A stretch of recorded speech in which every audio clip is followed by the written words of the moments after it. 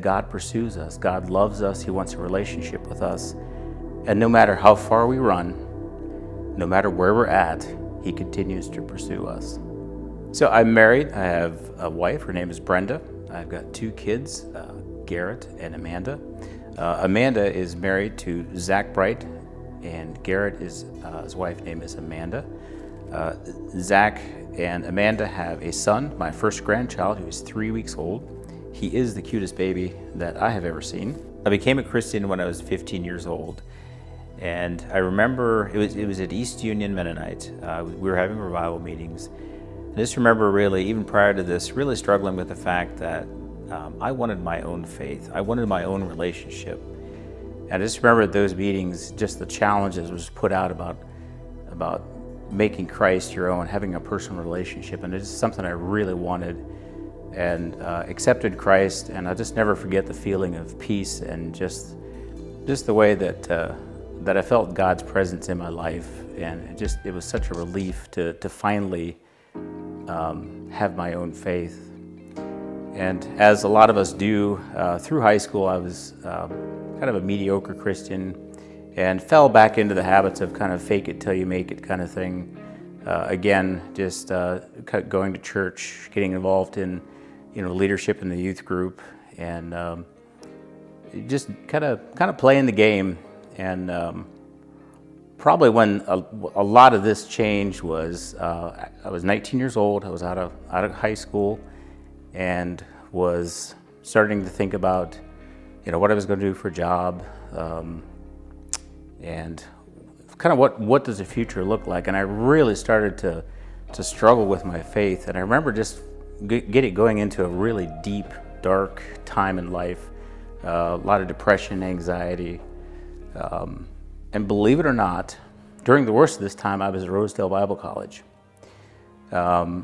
which was probably the best place for me to be, because while I was there, I had a professor. His name was Elmer Jancy. And probably in my life, the person that probably influenced me more and helped me more with my faith than anyone.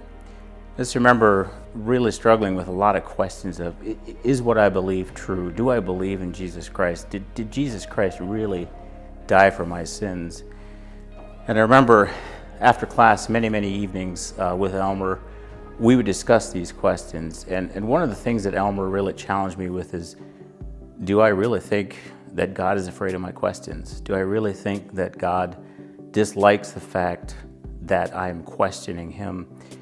And Elmer brought me to the realization that it is actually a healthy thing to question your faith sometimes. And he just continued to encourage me to ask those questions and to seek and to read and to pray.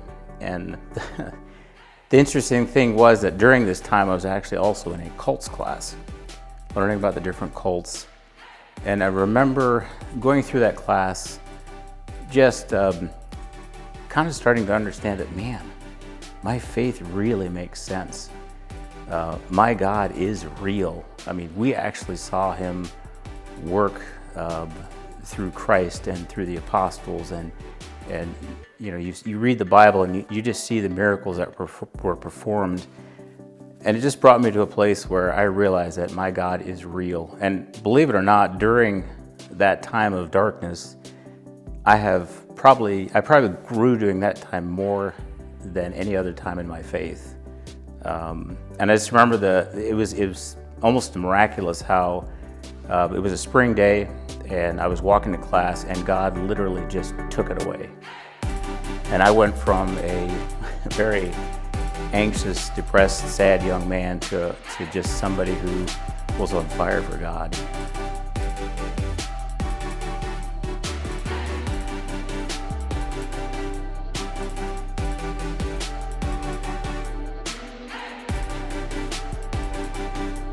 My name is John, and God is still writing my story.